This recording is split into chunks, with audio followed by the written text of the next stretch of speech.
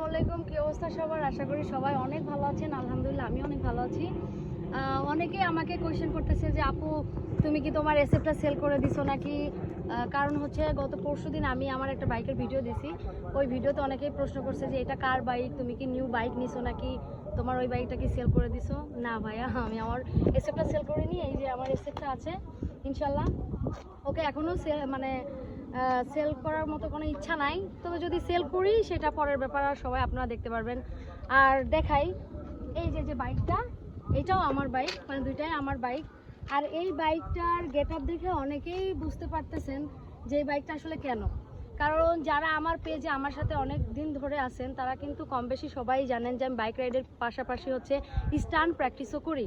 তো স্টান্ট প্র্যাকটিসের ক্ষেত্রে প্রবলেমটা হচ্ছে আমার ক্ষেত্রে যে এসএফটা আসলে আমার জন্য একটু হেভি হয়ে যাচ্ছে।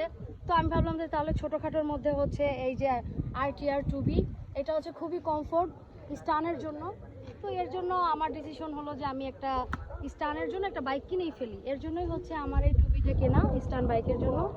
সো এই ছিল। আর এই হচ্ছে আমার দুইটাই ভালোবাসা। আরেকটা ভালোবাসা আছে, আমার একটা স্কুটি আছে, তো ওইটা আমি চালাই না, ওটা আমার আম্মু চালাই। তো এই হচ্ছে আমার ভালোবাসা, সবাই দেখতেছেন। ইনশাল্লাহ সবাই দোয়া করবেন আর আমার সাথেই থাকবেন। আপনাদের এই ভালোবাসা আমাকে সবসময় দিবেন আশা করি। আর সবাই অবশ্যই আমাকে সাপোর্ট করবেন। ভালো থাকেন। আসসালামু আলাইকুম।